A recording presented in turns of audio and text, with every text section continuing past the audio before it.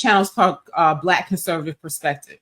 I like his channel because it is a conservative perspective and it's just a different perspective. And like I said, I always do listen to men most of the time when I watch things on YouTube or I just I just feel like their perspective is just different than listening to women. I just feel like, I don't know, I'm not going to say they have a better perspective, but I just feel like it's just a perspective that oftentimes I'm not familiar with. And I feel like most of you are not familiar with either. And all of the people that I share with you have huge followings, probably more people watching them than the mainstream media.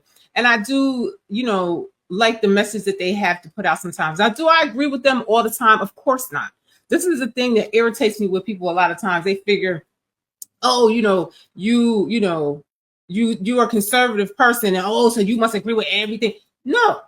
If you're a Democrat, I hope you don't agree with everything that they're doing, especially now. No, I don't always agree with them, but I would say I agree with them like 80 and 90% of the time, because I just feel that, like I said, the Democratic Party is the party of poverty, party of social services, government jobs, and stuff like that. So I feel like it's already a party that's like quicksand to keep you stuck. So let's listen to this guy, what he has to say. And I like the way he put this together because it gives us all the information that we need to know about the Section 8 cuts and stuff like that.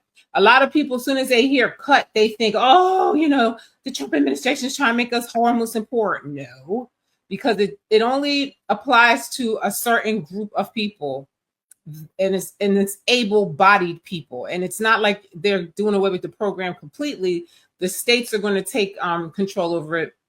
And I honestly think it's better when the states take over something like this, like the Board of Ed and different things, because every state is different and every state, their needs are different. And having the government in control of what the states are doing is really unconstitutional, really, because the government is not supposed to be involved in what the states do as far as education and certain things. You got to read the Constitution. But, and I feel like when the states are in control, I feel like the people have more control to go to their representatives and demand things than they do with the feds. I feel like they know what their individual city needs and stuff like that. And I feel like the money will be allocated better. Plus, I feel like it'll hold those states to task to do right by their constituents or get thrown out of office. They can't really hide anymore and, blame the feds. They're responsible for it now.